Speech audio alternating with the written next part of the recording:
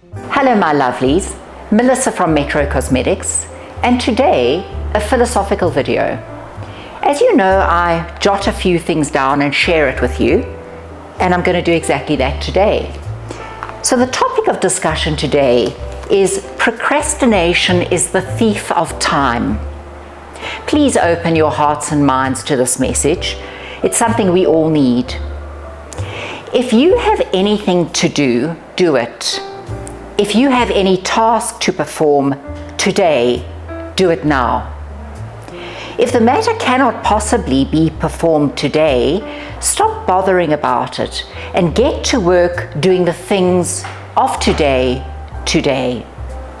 But do not get into that miserable habit of putting things off until later in the day or later in the week.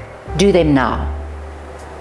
The old proverb, procrastination is the thief of time, is true, but it does not go far enough. It is also the thief of energy, the thief of efficiency, the thief of success, the thief of every shred of your self-worth. By not doing the work of today, we are not treating tomorrow right, not giving it a chance.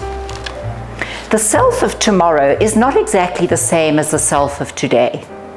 That is to say, it has changed, grown a little.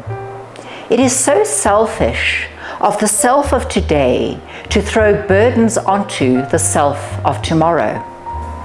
The self of tomorrow has its own tasks to handle and deal with, and cannot do with the burden of the undone works of yesterday's procrastinator.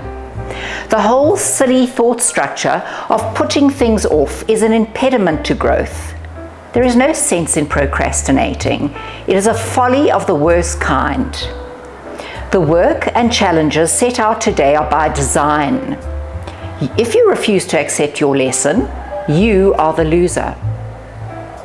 It will be placed for you, ready and waiting again and again until it is performed. So you might as well do it at once. Get your lesson promptly and save yourself the eternal catch-up game. You can never really catch up. Again, a madness of the worst kind. Let's rephrase it. You are constantly missing out. You become inept at performing your tasks because now you are so out of practice. Those who stop working diligently lose the ability to do just that. And the most trivial tasks feel like big, heavy weights. You become inefficient and you feel less than useless, an ever-expanding defense in persisting with your ongoing procrastination. Procrastination demoralizes the whole mental attitude of man. Instead of a mental attitude of I can and I will, it cultivates laziness, indecision, shiftlessness, slackness, and many other undesirable habits.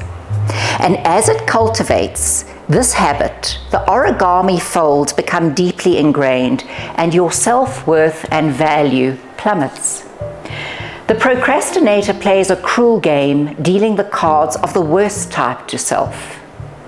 The unfairness of always putting things off means you never have any mental spare time for mental improvement, because there is always the poltergeist of unfinished tasks leering at you out of the recesses of your mind.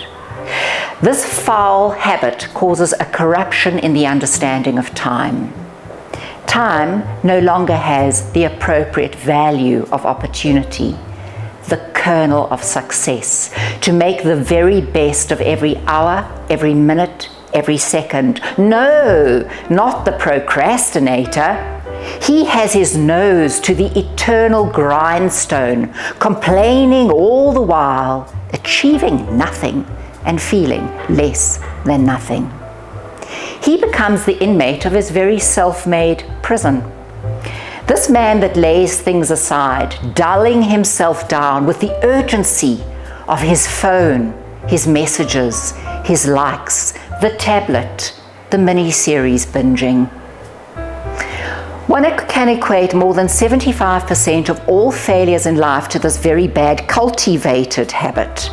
Not simply because of the procrastination itself, but because of its effect on you. It produces a negative, poor atmosphere devoid of attracting anything but the worst kind to oneself. This atmosphere harbors a character trait and then a fully fledged personality. Once you persist in the thought in action, the person forgets how to do things right. This is where so many of us fail. The world is looking for people who can do things, who can do them now, and who can do them right. If you are one of the procrastinating types, stop at once and get over it. Put a sign at your desk, computer, workspace, and write them in big bold letters. Do it now.